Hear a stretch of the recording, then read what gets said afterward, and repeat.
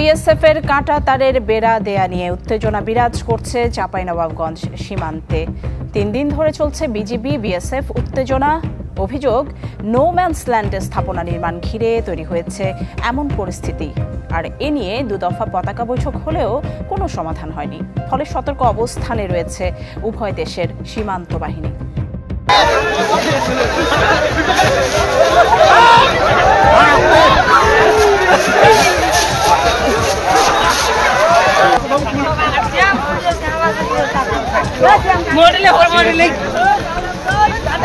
বাংলাদেশের 1 ইঞ্চি মাটিও আমরা ভারতের হতে দেব না। আমরা সব সময় প্রস্তুত আছি। আমরা বাংলাদেশের সার্বভৌমত্ব রক্ষাতে, বাংলাদেশের মানচিত্র রক্ষাতে আমরা সব সময় প্রস্তুত আছি।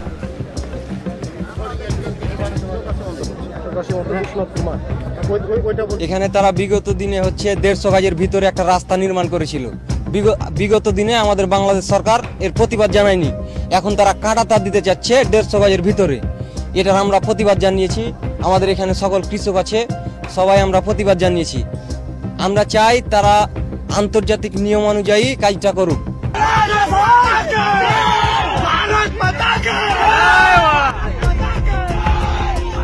চাঁপাইনবাবগঞ্জের শিবগঞ্জে বিনোদপুর ইউনিয়নের চৌকা সীমান্ত ঘেঁষে কাঁটাতারের বেড়া নির্মাণ কেন্দ্র করে বিজিবি ও বিএসএফ এর মধ্যে উত্তেজনা বিরাজ করছে।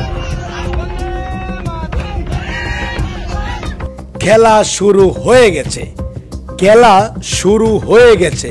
ভারতকে দখলে নিচ্ছে বাংলাদেশের বিজিবি। দর্শক শ্রোতা, চাঁপাইনবাবগঞ্জে এবার বর্ডার এলাকায় এখন বাংলাদেশের দখলে। কিরে শুভিন্দু কুলাঙ্গারের বাচ্চা, এখন কোথায়? মিডিয়ার সামনে আসো না কেন? ময়ূক রঞ্জন ঘোষ, এখন কোথায় আপনার নিউজ? ভারত দখলে নিয়ে যাবে বাংলাদেশ, আর অল্প কিছুদিন অপেক্ষা করুন। দর্শক, রীতিমতো আজকের এই ভিডিওটি দেখলে আপনি অবাক হয়ে যাবেন। যখন আপনাদের শেখ হাসিনা মা বাংলাদেশে ছিল, যা মন চেয়েছে ঠিক সেটাই করেছেন। আর কিছু করতে পারবেন না বাংলাদেশকে নিয়ে। বাংলাদেশের মানুষ, বাংলাদেশের জনতা এক ফোঁটা রক্ত থাকতে 1 বিন্দু মাটি আর চার দিবে না। অত্যন্ত গুরুত্বপূর্ণ আজকের এই ভিডিওটি। দর্শক, কেউ স্কিপ করে যাবেন না। ইতিমধ্যেই ভিডিও শুরুতেই বিশেষ অংশগুলো দেখেছেন। সম্পূর্ণ ভিডিওটি প্রমাণ সহকারে রয়েছে আজকের এই ভিডিওতে। দর্শক, কে কোন জেলা থেকে আজকে আমাদের এই ভিডিওটি দেখছেন অবশ্যই একটু কমেন্টসের মাধ্যমে জানিয়ে দিন। দয়া করে আজকের এই ভিডিওটি আপনার সোশ্যাল মিডিয়াতে শেয়ার করে দিন। চ্যানেলে যদি নতুন হয়ে থাকেন, প্রতিনিয়ত সবার আগে আপডেট নিউজ পেতে আমাদের এই চ্যানেলটি সাবস্ক্রাইব করে রাখুন ও একটি লাইক দিয়ে দেখতে থাকুন সম্পূর্ণ ভিডিওটি।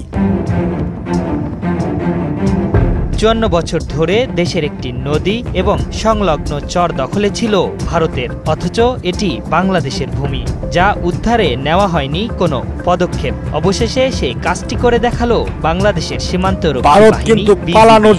6 জানুয়ারি সোমবার আনুষ্ঠানিকভাবে এতদিন স্থানীয় মানুষজন এ নদীতে মাছ ধরা সহ কোনো কাজেই যেতে পারতেন না। এখন থেকে অবাধে নিজ দেশের ভূমিতে বিচরণ করতে পারবেন তারা। ভারতের কবল থেকে কোদালিয়া নদীর এবং সংলগ্ন যে চর বাংলাদেশের দখলে এসেছে তার আয়তন 5 কিলোমিটার। এমন সাহসী পদক্ষেপ ও সফলতায় প্রশংসা পাচ্ছে দেশের সীমান্তরক্ষী বাহিনী।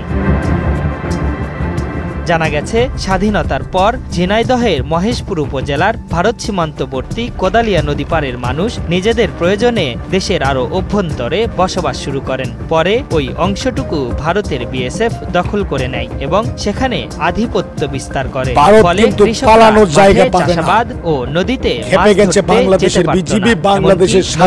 ব্যবহার করতে গেলে স্থানীয়দের সঙ্গে বিএসএফ বাদানুবাদে জড়িয়ে পড়ত। সম্প্রতি কোদালিয়া নদীর প্রকৃত মালিকানা সংক্রান্তের বিষয়টি নজরে আসলে নথিপত্র, স্থানীয় প্রশাসন ও মানচিত্র থেকে নদীটির প্রকৃত অবস্থান সম্পর্কে নিশ্চিত করে 58 বিজিবি। পাশাপাশি বিএসএফ এর অবৈধ আধিপত্য বিস্তারের বিষয়ে তীব্র প্রতিবাদ জানিয়ে সাহসিকতা ও পেশাদারিত্বের সাথে কোদালিয়া নদী নিজেদের আয়ত্তে আনতে সক্ষম হয় 58 বিজিবি সদস্যরা।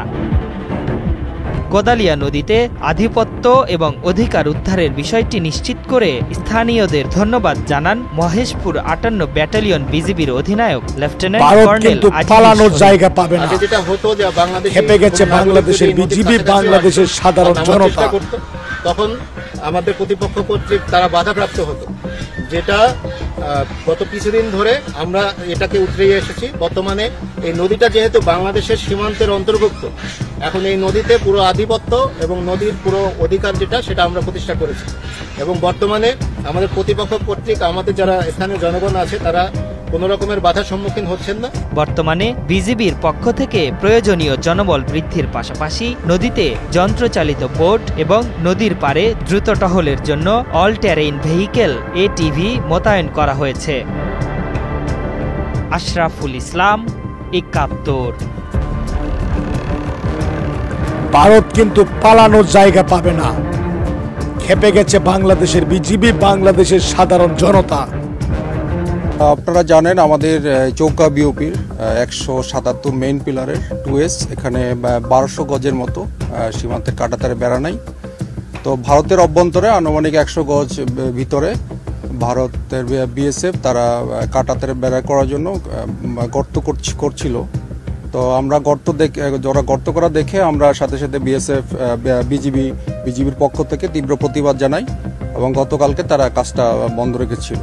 তো আজকে আবার দুপুর থেকে তারা যখন কাজটা শুরু করে আমাদের বিজিবির পক্ষ থেকে আমরা তীব্র প্রতিবাদ জানানোর পরে তারা কাজ বন্ধ রাখে, কিন্তু তারা মাটির দিয়ে ভারত কিন্তু পালানোর জায়গা পাবে না। সেই প্রেক্ষিতে তারা খেপে গেছে বাংলাদেশের বিজিবি, বাংলাদেশের সাধারণ জনতা। আমরাও বিজিবি সীমান্তে আমরা জনবল বৃদ্ধি করার পরে আমাদের বিজিবির পক্ষ থেকে সেক্টর কমান্ডার এবং আমাদের রিজন কমান্ডারের পক্ষ থেকে প্রতিপক্ষ বিএসএফ এর সাথে যোগাযোগ করা হয়।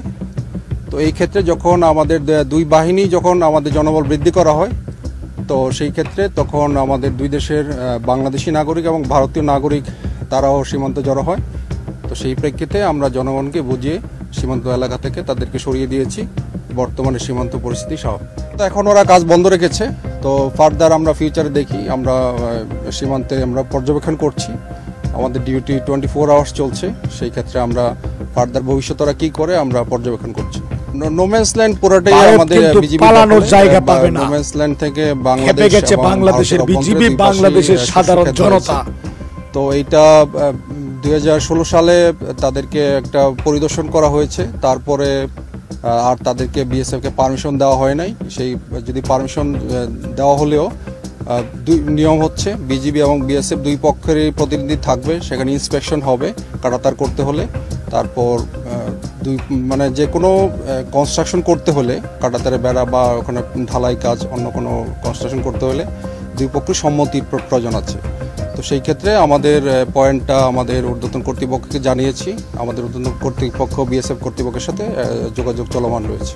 সীমান্তে তো বিজিবি সবসময় সতর্ক অবস্থায় থাকে। আমরা আগেও ছিলাম, আমরা বর্তমানে আছি, ভবিষ্যতে সতর্ক আছি। পালানোর জায়গা পাবে না। পতাকা বৈঠকের ব্যাপারে আমরা বর্তমান বাংলাদেশের বিজিবি, বাংলাদেশের সাধারণ জনতা, দেশের বেসামরিক অনেক জনগণ সীমান্তে জড়ো হয়ে গিয়েছিল।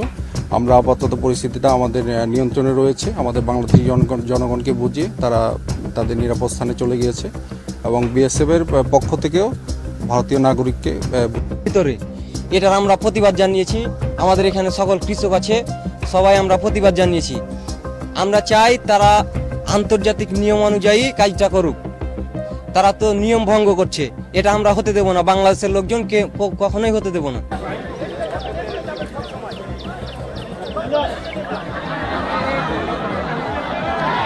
50 গজ দূরে বেড়াটা রোডটা করে নিয়েছে অমলিকের আমলে এবং বিজিবি ভারত কিন্তু পালানোর জায়গা পাবে না। বাধা দেয়নি। খেপে গেছে বাংলাদেশের বিজিবি, বাংলাদেশের সাধারণ জনতা। পাশ দিয়েই তার বাধা দিচ্ছে কিন্তু আমাদের পাশ থেকে জমি এই যে অনেক ফসল আছে তারা বেড়া দিবে রোডের পাশেই, এই বিজেপি এসে গুলি করে কাকে টেনলে চলে যাচ্ছে আর কোনো প্রতিরোধ হয় না। বিজেপি বাধা দিয়েছে, তাই আমরা ওর সাথে প্রতিরোধ করতেছি। গ্রামবাসী আমরা সবাই জনগণ বিজেপির পাশে দাঁড়িয়ে আমরা এটার প্রতিরোধ করতেছি। এই মুহূর্তে আমরা ওই আন্তর্জাতিক আইন অনুযায়ী 200 গজ দূরে আমরা ওরা বেড়া দিবে, আমাদের সমস্যা নাই। কিন্তু এই যে বর্ডারের পাশে 50 গজ দূরে বেড়া দিতে আমরা দিতে চাই না। সীমানার পাশ দিয়ে বেড়া দিলে আমরা জনগণ ক্ষতিগ্রস্ত হব এবং চাষাবাদ করতে পারবো না, বিএসএফ গুলি করবে আমাদের জীবন। জনতা আচ্ছা, ওরা যে বিশ্বনাথপুর চৌকা সীমান্ত, এখানে ভারতের একটা নদী ছিল, নদীতে প্রায় 6 মাস আগে তারা রাস্তা করেছে, যা বাংলাদেশের মানুষ বাধা দিয়েছিল এবং বিজেপি সহায়তায় তারা রাস্তা আলোচনা সাপেক্ষে করেছে। এরপর তারা একেবারে বাংলাদেশের সীমানা কাছাকাছি তারবেড়া নির্মাণ করছে, যা আমাদের বাংলাদেশের কৃষকের জন্য খুব ঝুঁকিপূর্ণ। গতকালকে এই রাস্তায় তারা তারবেড়া দিচ্ছিল, বিজেপি বাধা দিয়েছে। আজকে ফ্ল্যাগ মিটিং হলো বিজেপি বিএসএফ এর, তারা নিশ্চিত ভাবে বলতে পারছি না, আজকে আমাদের জায়গা বন্ধ থাকবে। খেপে গেছে বাংলাদেশের বিজেপি, বাংলাদেশের সাধারণ জনতা। 150 গজ ভিতরে ওদের তার বেড়া দিবার কথা, সেহেতু ওনারা 40 গজ ভিতরে তার বেড়া দিতে লাগছে। এবং আমাদের খেত সরিষা, যে বইয়ের আম বাগান আছে, এসব আস্তে আস্তে চেপে তো চলে আসছে ওরা। আমরা সব কৃষকেরা সব বিডিআর নিয়ে আমরা প্রতিবাদে এসছি, এখানে বিজেপি নিয়ে আমরা প্রতিবাদে এসছি। তার সুষ্ঠু বিচার চাই। কেন একটা দেশ এভাবে ছোট দেশ পেয়ে চেপে চলে আসবে ওরা? দর্শক শ্রোতা ও আমার কলেজার ভাই ও বোনেরা, আপনারা সেই ভিডিওটি দেখতে পারলেন। সেই ভিডিওটি দেখার পর যদি আপনার মনে কোনো মন্তব্য থাকে অবশ্যই কমেন্টসের মাধ্যমে জানিয়ে দিন। দয়া করে আজকের এই ভিডিওটি প্রতিবাদ করার জন্য হলেও আপনার বন্ধু বান্ধবদের সাথে এবং সোশ্যাল মিডিয়াতে শেয়ার করে দিন। সবাই ভালো থাকুন, সুস্থ থাকুন। দেখা হবে আবারও পরবর্তী নতুন একটি আপডেট নিউজে। আল্লাহ হাফেজ। বাংলাদেশ জিন্দাবাদ।